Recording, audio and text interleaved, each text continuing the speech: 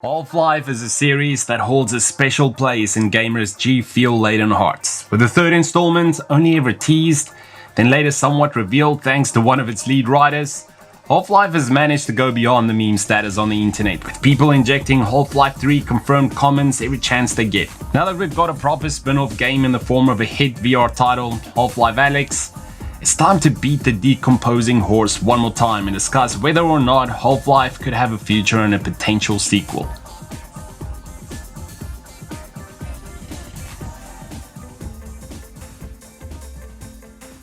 For a lot of young gamers, the hubbub surrounding the Half-Life 2 and its episodic follow-ups can be quite baffling compared to first-person shooters that get churned out every quarter.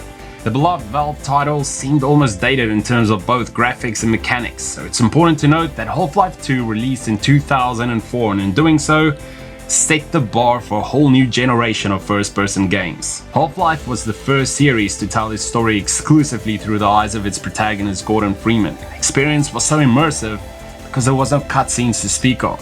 What really set Half-Life 2 apart from other titles that were out at the time though, were the physics-based puzzles. The game made heavy use of the utility aspects of the game's weapons, especially the gravity gun, to enable puzzle solving that involved a staggering amount of environment interaction.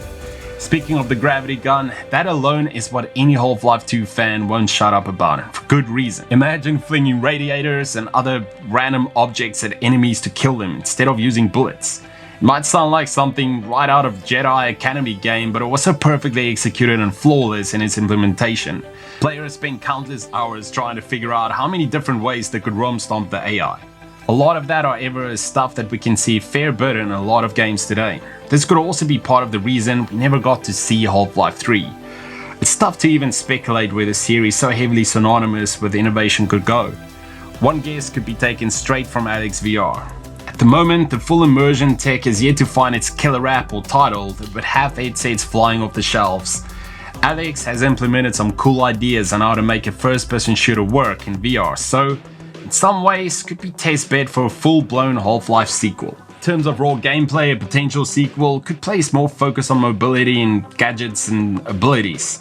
First-person shooters generally tend to make for terrible platformers, so Valve could design the game's controls in such a way that makes fast movement and rapid jumping more palatable.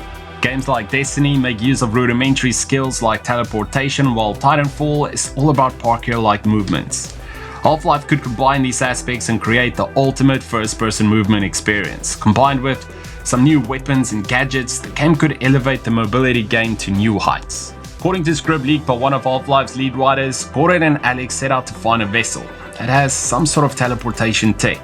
The story tackles the question of whether such dangerous tech should be destroyed or used for the greater good. This is quite similar to the Mass Effect series and the way decisions affect the player's story experience. The potential Half-Life 3 could take these decisions and go a step further than Mass Effect went by making decisions actually matter to the outcome. So the horse is definitely dead now, so what are your thoughts on a possible Half-Life 3? Do you think Alyx is a prelude to more Half-Life games? As always, leave us a comment below.